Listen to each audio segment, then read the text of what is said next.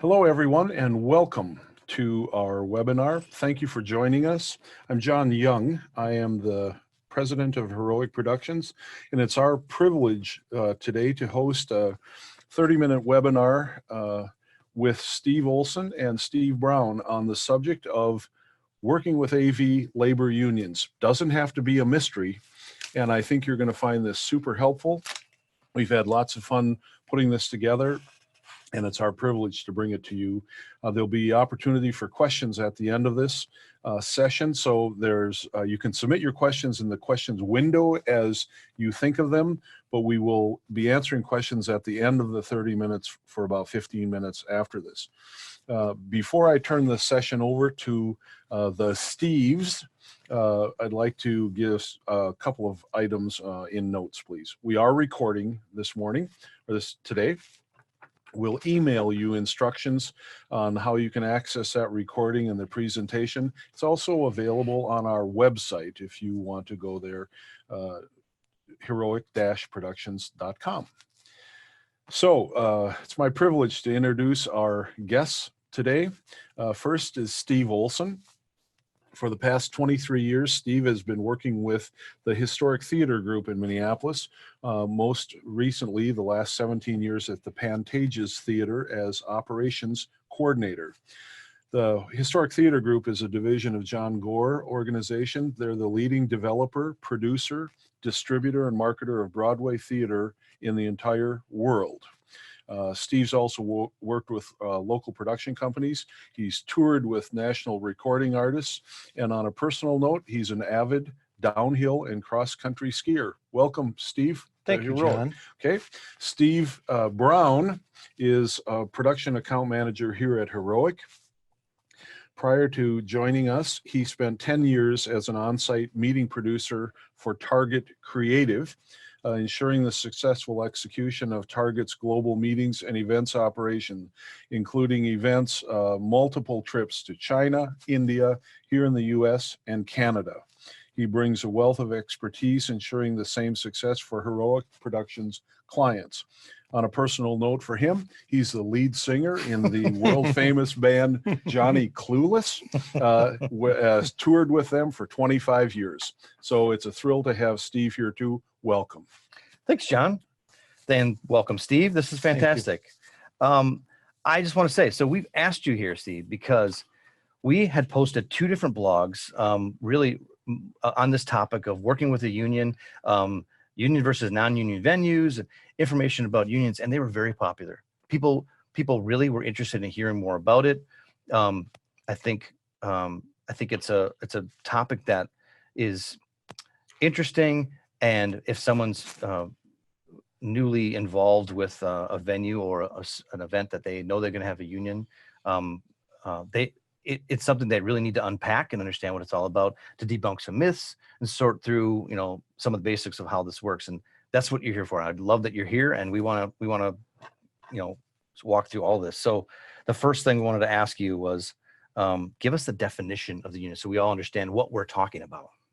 Okay, so the legal definition of a labor union is an organization of workers formed for the purpose of advancing its members' interests in respect to wages, benefits, and working conditions. A labor union negotiates on behalf of its members in a process known as collective bargaining. And that's where you get your labor contracts and the working forms that you need to work under in each particular venue. Okay. Okay, so then you got a labor pool. Who's actually, who's working in the union? What is that labor pool? You've got a lot of different levels of expertise within a labor union, from general trade show and event setup labor to certified AV technicians, riggers, professional camera operators, audio engineers, video engineers, and lighting console programmers, just to name a few of the positions a union can cover.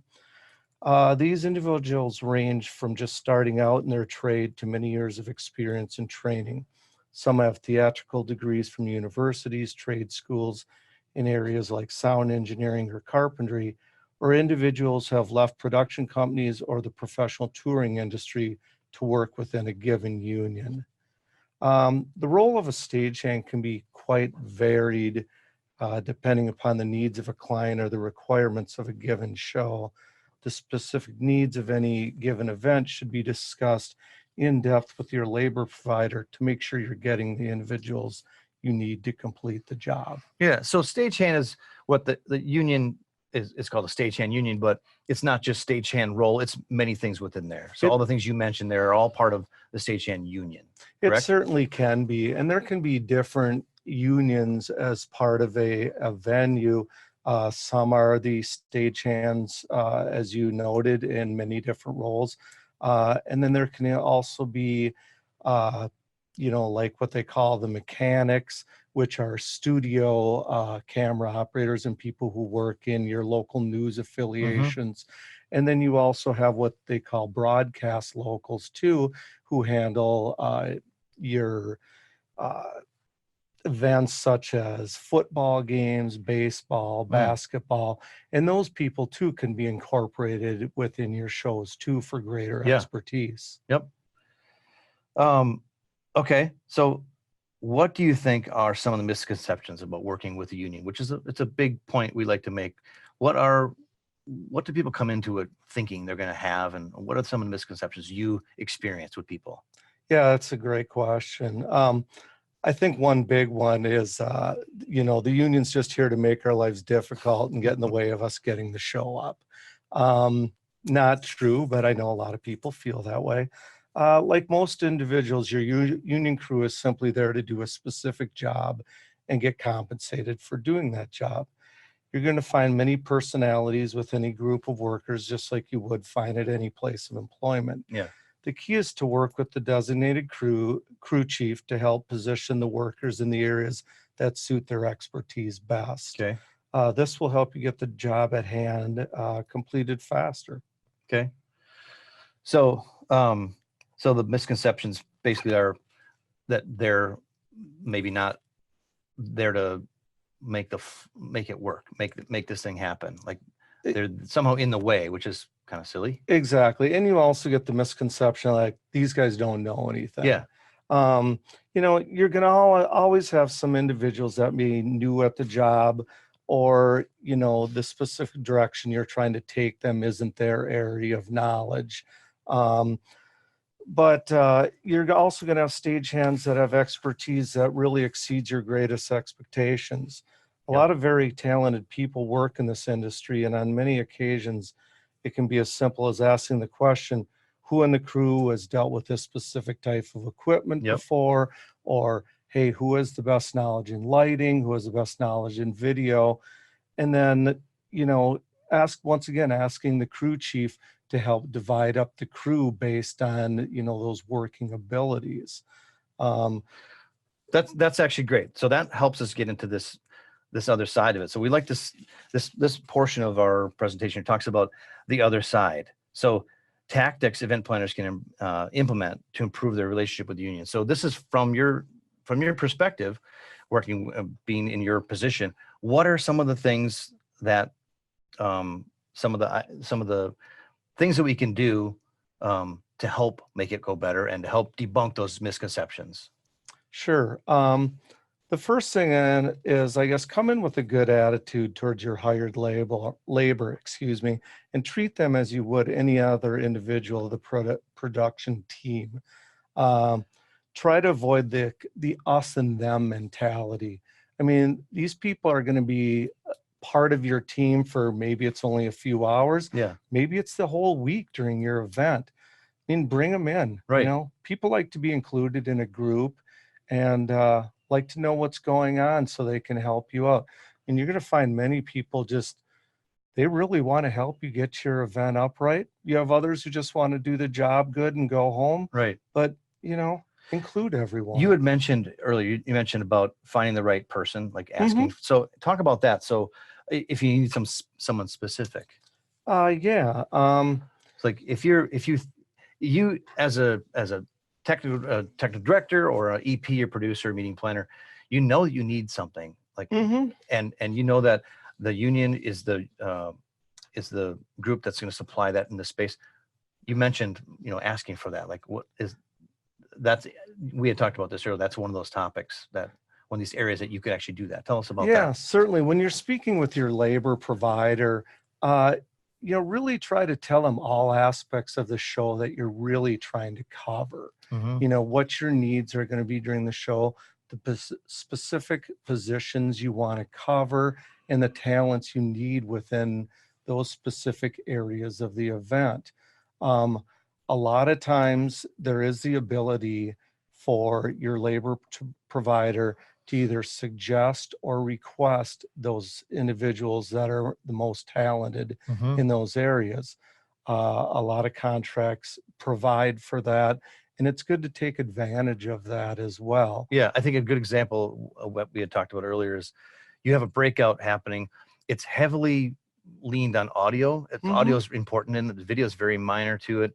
Um, Perhaps a producer might say, you know what, I'd like to have in these 3 rooms someone who's knows audio very well. So that then you guys would sort through the people that you know and go, oh, because everyone walks into the AV world with an interest. They're either a video person, audio person, lighting person. You know that if you make that request, you're saying you could actually fulfill. Oh, these are audio guys. Yes, let's put them in that position. Yeah, it's funny you should mention that. I was just talking to another labor supplier the other day who had just that exact thing come up. They wanted AV techs, but they said that, the video component's really pretty small, Yeah, and we are carrying a video guy who can help in that realm. So we really want these guys with a strong audio background. yeah, And it's good to know. he was able to get those type of people through the union that were on the stronger side of the audio. And then, of course, they knew video as well. Well, that makes for a good, successful environment. The Right. client gets what they want. The client can assist with their tech to handle the other portions of things that may be more difficult. So, yeah, it's all It's good to know about, that people can, if you know you have a need, that you can actually ask for it and communicate in that way. yeah. Our next topic was about going above and beyond. So what are the things that could be done to really help infuse this relationship right from the beginning? Well, right from the beginning, and I think maybe I'm jumping ahead a little bit on this, is to really let everyone know what's going on with the day. Right away at the Yeah. beginning, when the crew's all there, your crew is there. Everyone involved with all aspects of the show is on site. Take just a couple minutes at the beginning of the day to explain what the goal of the day is, explain who your production team is, who the key players are, where can I go to, ask specific questions. Hey, talk to Jim if you need lighting, talk to Bill if you need sound, and really lay out who are the key players, and then talk about too, we want this to be a safe day. We want everything to go good. If there's safety aspects that are being overlooked, who can they go to talk about that, to make sure the show goes up safe? Because no one wants an accident. That just hampers a show. Yeah. And just a quick, we've talked about this Yeah. before, from a pure practical standpoint, as a meeting planner, I come into the room in the morning and I would ask, I suppose it's permission to give that little speech or that little pep talk. You would do that to whom in the morning? You talk to the labor supervisor or the Yeah. Before trucks are unloaded or something? Yeah, typically on a larger show, you're going to have a crew chief who's So checking in talk to all the crew chief individuals. and say, hey, I'd really like to have 5 minutes. Would you help me put that together? Yes, and they certainly will. Yeah, Yep. that's And I think this could also go with if not a meeting planner or an event planner or executive producer. This happens with technical directors. It also happens with an AV team. Like that's part of helping everyone understand the context of where we are. A good AV team could do that too and go, okay, everyone's here. Here's what we're gonna do. Who are the audio people? Who are the video? Here's what we're gonna do today. All right, let's go. And our teams do that often. A good AV team should do that too. Yeah, and even giving a big overview, a general overview of what you're building, what you're making, what are the goals, what are you trying to get before lunch? Yeah. What's the goal by the end of the day? You'll find if you give a good overview of what your setup is and stuff, a lot of the stagehands have been involved in so many of these events. they know where each particular piece Yep. of gear goes or what the bigger scheme is. Where the and power is. Yeah. where the power is, all that stuff. And the more knowledgeable stagehands will relay that to others who have questions too. So you're actually reducing your communication by actually starting a larger communication at the very beginning Yep. of the day. And I think John mentioned this too, but the hierarchy of information is important, because if you start with the crew chief or the crew leads in those areas, it's amazing how fast communication process goes if you do that way. If you're trying to talk to a small group of guys over here or people on this end, it's not gonna be unified. So start at the top of that hierarchy, and it will be amazing how fast everybody understands. They're speaking the same language, but also, the dissemination of information works so much better when it's within the union team. It's set up to Definitely. help you. It's Right. That's why it's there. It is. It's very departmentalized, like many corporations are. Yep. You have your crew chief lead, and then whatever department people you have, it flows down that way. Whether you have head audio, head video, all those different departments you may need. But yeah, start from the top. It'll trickle down very nicely. You know what also works very well? And this is something that we'll go back to number 2, but coffee, right? Yeah. And donuts. Yeah. Tell me about that. Too, when talking with your labor provider, get the general basics of what needs to go on. There's some very general rules. When are the breaks supposed to be during the Mhm. day? When are the lunch breaks? How long can I go? How short can I go? Those things that affect your bottom line and costs. And they'll help you also organize your day to make, the best use of your time and your money. But yeah, going back to going above and beyond, even like providing snacks or coffee or some drinks at the 15-minute coffee break partway through the morning, that really boosts morale and gets the crew thinking, hey, these guys, they're really partnering with us. Everyone's working together, and it goes a long way. It'll make everyone feel better, and the day will go good. Yep. Okay, so moving on to our next topic, talking about the future of the labor union industry. So I know you have some stuff that you want to information about this, it covers a few things: hiring practices for union labor workers, some new OSHA requirements, and more skilled laborers, and regarding skill levels and certification stuff. Give us a little bit of that. Like what are the things that impede on the future? Certainly. Going back from the start of the labor unions, obviously there was a lot of nepotism. People brought, other relatives and stuff in. That doesn't happen as much, but it still does. But the good thing is there's a lot of training going on now. Before, there used to be a lot of on-the-job training, and there still is ongoing training. But so you'll get references from other union members and people in the union.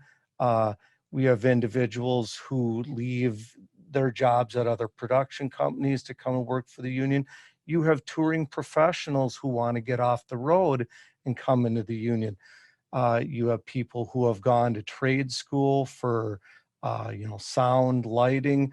You have professionals that have come from universities who have degrees in these programs. So you have a whole gamut of workers. And within that, as we go on, there just becomes more and more specialized training, and the unions are no exception. There's, I know everyone's, worried about how their union AV techs are. Well, there's an industry-wide certification program now for audiovisual technicians. So all you have to do is ask, hey, I need 8 certified AV techs. You'll get them. They have the knowledge for your AV needs. And then there's other programs, that exist for rigging and electricians, programs such as ETCP, which is an Entertainment Technician Certified Program, and SPRAT, which has to do with specialized rope access training for rigging. And other ongoing things within the unions too are OSHA 10 and OSHA 30 training, which are for safe work environment and safe work practices. So don't think that necessarily your unions are made up just of a bunch of people who just showed up. there's a lot of expertise there, and there's a lot of ongoing training. And in the last few years, I've seen a lot of ramping up of training that's been offered, Mhm. not only online, but that takes place in theaters and arenas throughout the country. In fact, the theaters I work for are hosting a series of training for the union workers coming up in the next month. So there's a lot of good things happening that'll help people in the future. Cool. I think I get a sense that this industry, the event industry particularly, pulls people from rock and roll Yep, touring, theater, and TV production, you're and maybe exactly a little bit right. of movie production. Hmm. I feel like that's a incredibly interesting cross mix of people, and this is why I love this industry. It's sort of a fascinating. It is too, and I know you and I had been talking before this about the carpentry industry too. We pull from them. I It mean, it people need to certainly build does. sets. You have Yep. very intricate set design now, and I mean, we have a lot of people, who can build and take care of that kind of stuff on site for you and make modifications. It's magic. It's a circus. It is. Well, Um, it is. so the things to watch out for. So um, we when and where to involve your AV team in the process. And this is something that John and I and the team here at Heroic talk about often. And you couldn't get your AV team involved sooner. If you want to have a successful event, we suggest that even if it's a site visit, bring an AV a lead that can help understand what your goals are and help you make some great efficiencies right in the beginning. Would you say it's the same in the union? Oh, I would agree. I would agree. Yeah, get those people involved at, the very beginning. Um, like you said, it's great to have your own AV techs come in, look at the rooms, see what you need to do, and rely on your AV company too, your production company, to make sure they lay out things in a very good format, Hmm. labeling cases by Which helps your rooms. teams. Yeah, which helps our teams too. Yeah. Uh, and also, when you're on site, if you're involving your own, local production people or your AV team, have your team make sure they direct and manage all the work. Try not to micromanage. Hmm. Get the big items done with your labor pool, and leave the tasks that you must be done on your own for a little bit later in the day. Because I know, with so many people in the audio and lighting world, there's very intricate things you want to do yourself. Mhm. Use your labor pool to complete those larger Yep. tasks, and find the people as you work with them who are more specialized that can maybe help you with those items later in the day. I think that's a great point. That's something I learned as a former producer. It's if you can communicate, if you have something you especially want to have done in an area. I've tried doing it on my own, or kind of not working through that hierarchy of communication, and it made for a mess. And I learned later, like, oh, this is how you get it done. You partner with them. You talk about what it needs to be done, and you don't micromanage, and you'll be surprised how much faster and smoother things go. Yeah, and another thing is, the labor pool you're hiring locally through the union usually knows the building pretty well. Yep. Um, you know, it, I know it seems like a dumb little thing, but the running of cables, how can I Yep. get from here to there? How do I work around the building in this aspect? A lot of those people can give you insight as how to work best. Hey, we can get this from the venue that'll help us. We can do that. Hey, this is a better way to push through the building. Yep. So, consult with the crew chief or even people within your little department you're working with, and find out, hey, what's best to do this? What's best to do that? You'll a lot of time gain a lot of knowledge from the local Yep. people. I think it just goes back to communication, right, John?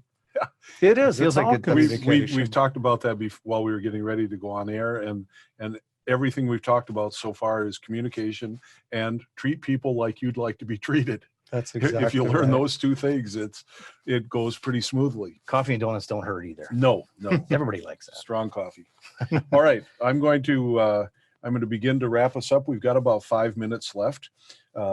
There are questions that have already been posted. If you have a question that you would like to ask either of the Steves, please write them down and put them into the question window. I want to make sure that I say thank you for listening in. I want to thank Steve Olson for being here this morning. I love hearing you talk. It's fun to spend time with you. Thanks for having And me. it's just so good to have an expert help with this. Steve Brown, love having you here too. You give two very specific and helpful perspectives on this whole issue. And the bottom line is treat people like you'd like to be treated and talk to each other. Yeah. And the more you do that, the better. It goes smoother, it's less expensive, and the show is better. Yeah. So, all right. Thanks, John. We're going to have an opportunity for questions. I'd like to let you know that if you have been with us the entire 30 minutes, we've got a little bonus plan for you that you can get a copy of our event venue checklist.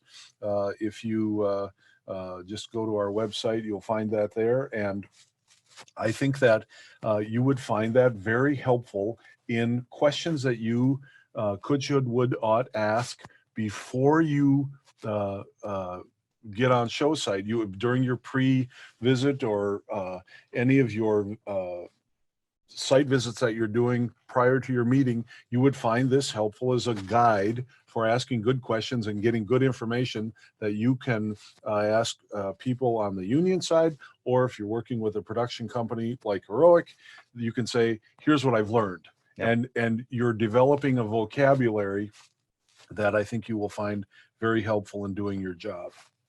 So, and we'd love to help you if there's any way we can. Here's our pitch for us. You can reach us at heroic-productions.com, and we'd love to help, even if it's just asking questions to help guide in the right direction. We'd any of us would be more than willing to help you do that. Absolutely. And I there might be some questions online. I want to ask this question right off the bat to get this from Steve. Okay, so I'm a meeting planner or an executive producer, and I have been given a show or an event, a space. How do I initially get in contact with someone from a union for some work? Where do I go? Certainly. Well, the hope is that, whatever particular venue you're working in, they relay either the contractual information that's necessary and how to get a hold of the local to get your labor, or, some other means like that. But if you don't know really who to turn to, you're just told, hey, this is a union venue, you got to work with the local union, and no other information's available. Probably the best way throughout the industry is to go to IATSE.net, and that's IATSE.net. And IATSE is the International Alliance of Theatrical Stage Employees.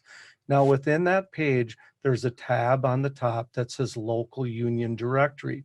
There's a map. You can literally click on any state in the map, and that'll tell you who provides the labor within that area. And then I think once you open that up, you can click on another tab, and it'll show you who the local business agent is or union with contact information. Call that local business agent, ask how things work, who's covering the contract, who you need to get a hold of. A lot of times a venue has a contract, but will have multiple labor suppliers, and then you could get estimates on labor from those suppliers, and also figure out what supplier can work with you best to meet your needs. And these suppliers should be able to help you schedule your day in the best way forward. And I realize, some corporate meetings, they just dictate what's going to go on, and sometimes it's tough to work within your budget, but they can also help you work through those processes. And then also, once again, relay them the information on what you're really trying to accomplish and what you think you need for labor. And they will hopefully help you in a given building and tell you what special needs or circumstances warrant more or less labor. I think that map thing would be great, even if someone's doing multiple sites site visits in in a city. Sure. That will help them know what they're in for, what venues that are union houses and stuff that they need to work through. So can they also, at that website, can they also find out information on costs and breakdowns and information about each of those cities' rates and things like that? No, you wouldn't be able to do that. You'll have to contact the business agent. And then, Got like I it. said, in turn, whoever's a signatory to that contract should be able to furnish you with a rate sheet. And of course, rates vary widely between the general stagehand, riggers, other specialized departments like that. So Got it. you'll have to That get makes that sense. breakdown.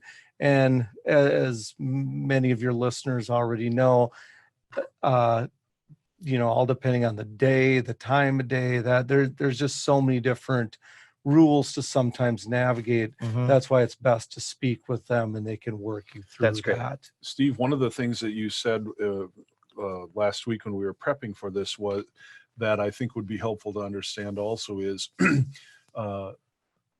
the term union is a broad one. Yes. There are different unions in every state and in every city, depending on where you're going. So you can't assume that if you are a Minneapolis meeting planner and you've worked at a union house here in the Twin Cities, that you know everything and you don't have to ask any questions in Los Angeles. They're different everywhere. And even, I remember you saying, here even in Minneapolis, St. Paul, they're different in each venue. Yeah, you're exactly right, John. That's an excellent question or statement. Yeah, each venue typically has its own contract and negotiated conditions for a variety of reasons. And yes, it is best to speak with, a representative or whoever you're dealing with about those costs, get estimates and what's going on.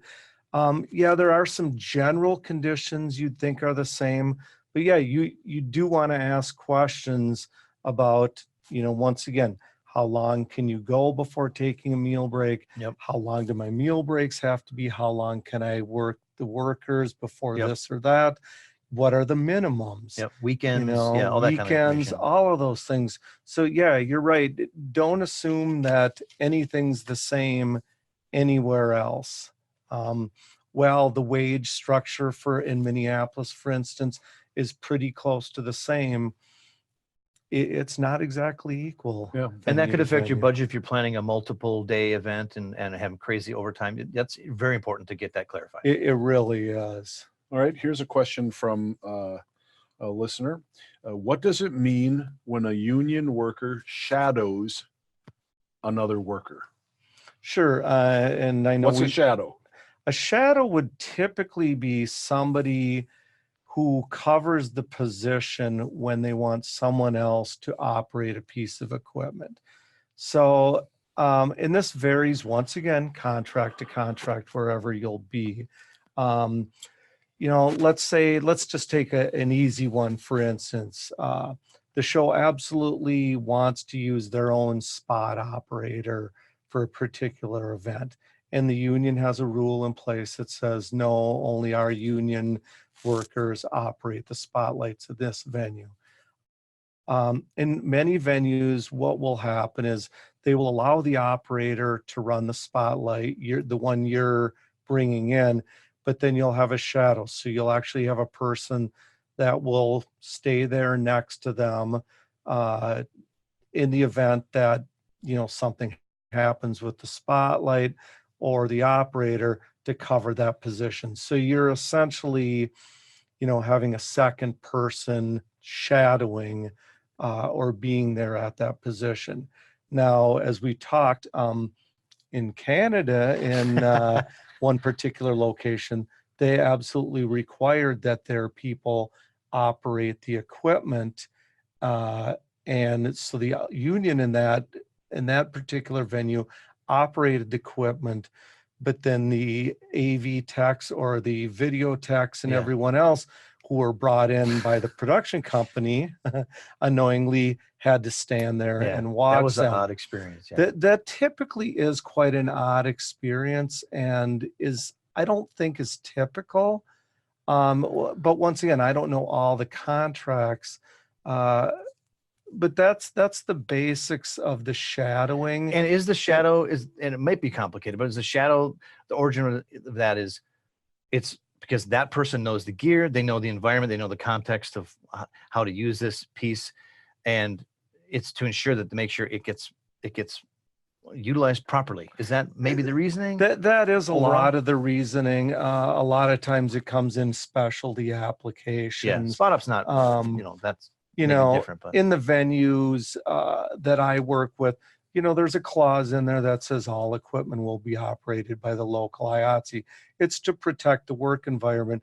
But in reality, exceptions are made on every single show to Yeah. allow the traveling sound op Yep. to be there. Now, there's already a department head there within the sound department. Mhm. So they're still on and they're assisting and dealing with things another way, but they're not a shadow per se. Got it. I want to say shadowing is typically a very small percentage Okay, of good. what goes on, but it can happen.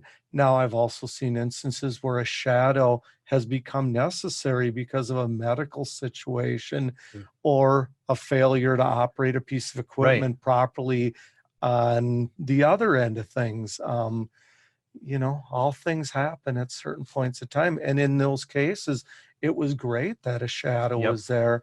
I was actually doing a thing in Vegas, and my department head, who is a very talented person I was working with, I actually was going to have to leave for a medical emergency. And that person was going to cover my position. And man, I was really glad it was him because he was top notch in his area. So I want to say shadowing is not the norm, but you will encounter it Okay. once in a while. And if you feel that position is that critical that you need to cover it, it's probably worth having the shadow there too. And that's at least worth having a good conversation about it. It certainly Let's is. see, we keep coming back to It does. communication, don't we? Communication. So Yes. here's a question. This is one that I've run into before too. What are some of the things that we as event planners do that drive you crazy? Well, I think it goes back to communication.